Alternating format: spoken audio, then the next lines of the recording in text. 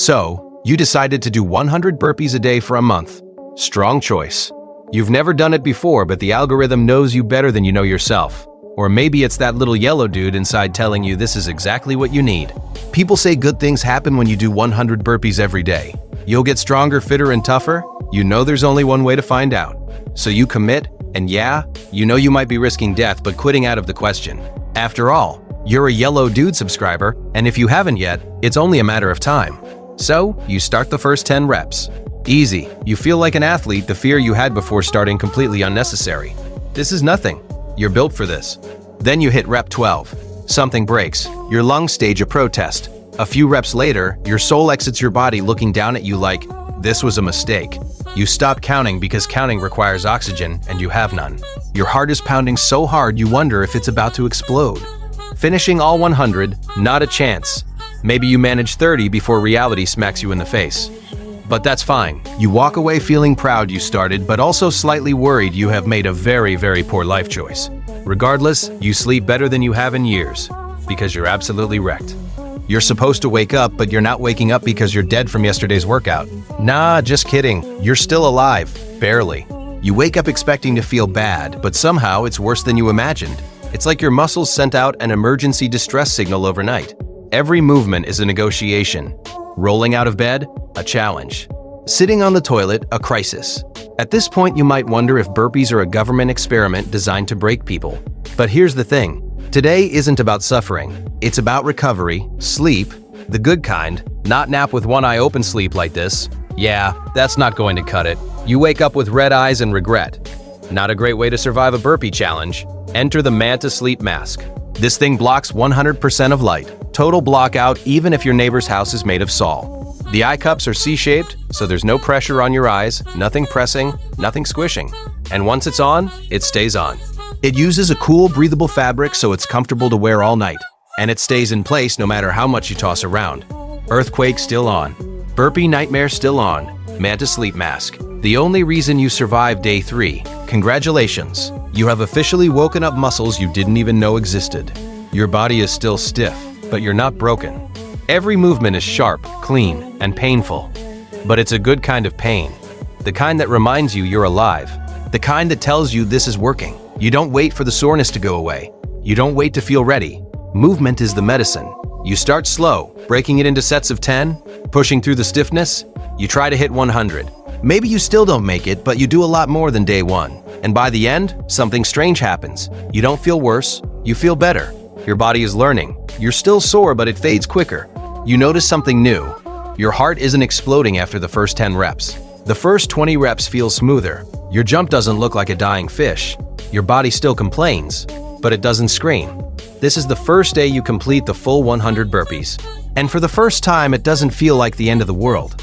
You're tired, sure, but you're not on the floor questioning your life choices. In fact, you feel like you could do more. Maybe just a few extra reps. Maybe just to prove to yourself that burpees don't own you anymore. Something is happening. You're getting better. Day 5 is when you start realizing burpees aren't just pain and suffering. They're a skill. You're landing softer, your push-ups are cleaner, you're breathing better. You still sweat like a waterfall, but now it's controlled. You're not just doing burpees, you're learning burpees. You complete 100 reps again, back-to-back days. Never done that before. This time it feels a little easier and you can't believe it, but completing 100 reps isn't your goal anymore. Now you want to do them with better form and pace. Something weird happens, you wake up expecting to be wrecked, but you're not. Your body is recovering faster, you still feel the work, but it doesn't slow you down as much. You used to need 4 or 5 breaks to get through the workout. But now, you finish your 100 reps and fewer breaks. Your endurance is building and your recovery between sets is getting faster. You realize you can do this, and maybe, just maybe, you're starting to like the challenge. 1 week ago, 100 burpees felt like climbing Mount Everest. Today you still struggle, but it's your struggle now. You own it. You know the pain, the rhythm, the pace. You finish your reps without questioning whether you'll make it through. That alone is a win. You've officially lasted longer than most people who try this challenge. That puts you in the top 0.01% in the world. And guess what? Next week, things change again. Something feels different.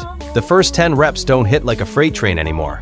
The first 50 reps still tough, but no longer a death sentence. Your lungs aren't on fire immediately, maybe just simmering. You're still sweating buckets, You're still breathing hard, but you don't feel like you need to lie down and contemplate existence after every set.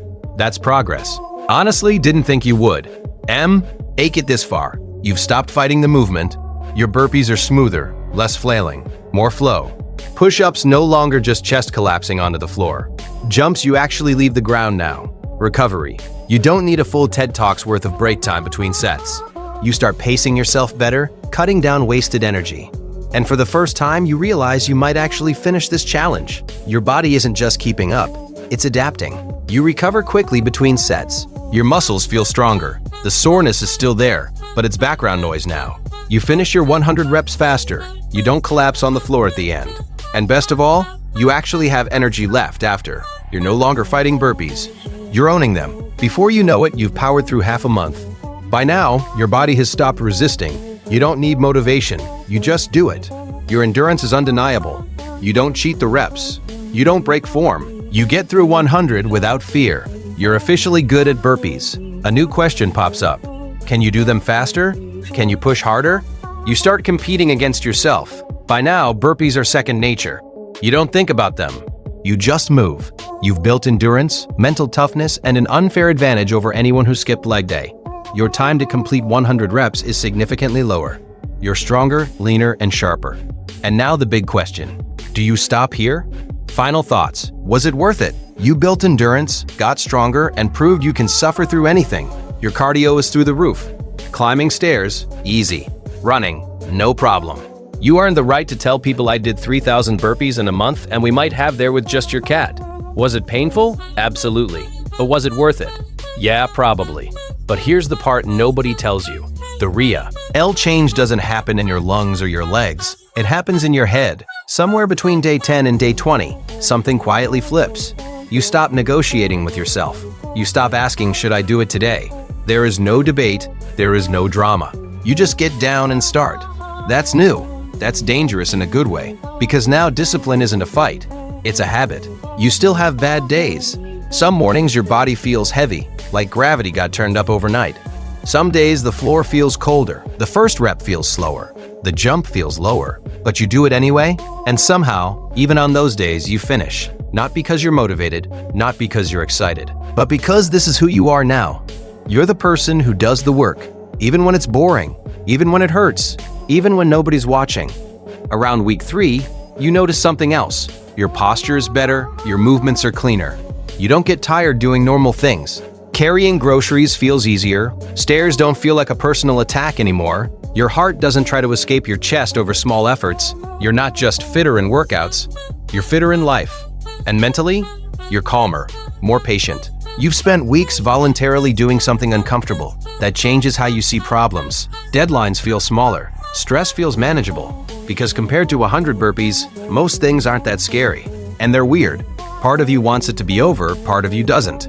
The routine that once felt impossible is now just normal. You drop down, you move, you breathe, you finish. No celebration, no collapse. Just a quiet moment where you realize how far you've come. Day 30. You do your 100. You stand there sweaty, breathing hard but steady. And it hits you. You didn't just survive this, you changed because of it. You prove. Do something to yourself that you can't unsee. Now, you can do hard things. You can stick to something. You can push past the voice that tells you to stop. Do you keep doing 100 burpees a day forever? Probably not. You don't have to. The point was never the number. The point was becoming the person who doesn't quit when it gets uncomfortable. The person who doesn't need perfect conditions to take action. You started this thinking it would change your body. And it did. But more importantly, it changed your standards. You don't look at hard things the same way anymore. You don't run from them. You don't overthink them. You just start.